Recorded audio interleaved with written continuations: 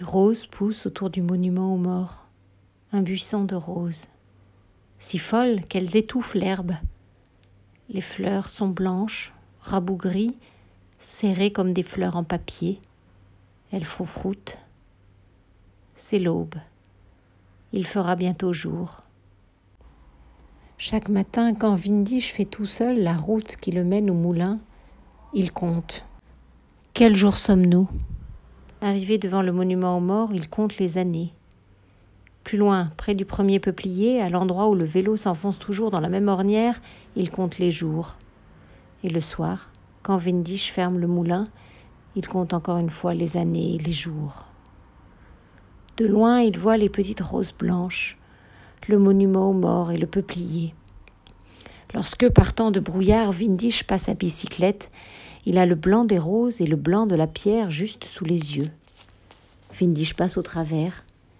Il a le visage humide et va jusqu'au moulin. 2 fois déjà, le buisson de roses n'a eu que des épines, et les mauvaises herbes dessous étaient roussies. À 2 reprises, le peuplier a perdu tant de feuilles que le bois a failli éclater.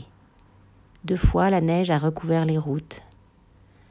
Devant le monument aux morts, Windisch compte 2 années, et dans l'ornière près du peuplier, 221 jours. Tous les matins, quand Windisch roule dans l'ornière en cahotant, il se dit « ça va être la fin ». Depuis que Windisch veut émigrer, il voit la fin partout dans le village. Le temps s'arrête pour ceux qui veulent rester. Que le veilleur de nuit reste, c'est pour Windisch au-delà de la fin. Et quand Windisch a compté 221 jours et qu'il est passé en brinque-ballant dans l'ornière, il pose pied à terre pour la première fois. Il met la bicyclette contre le peuplier. On n'entend ses pas. Des tourterelles sauvages s'envolent des cerisiers. Elles sont grises comme la lumière. Seul le froissement de leurs ailes permet de les percevoir. Windisch se signe. La poignée de la porte est mouillée. Elle lui reste collée à la main. La porte de l'église est fermée à clé. Saint-Antoine est enfermé derrière le mur. Il a à la main un lys blanc et un livre marron. Windisch a froid. Il regarde la route. Elle s'arrête là où les herbes envahissent le village.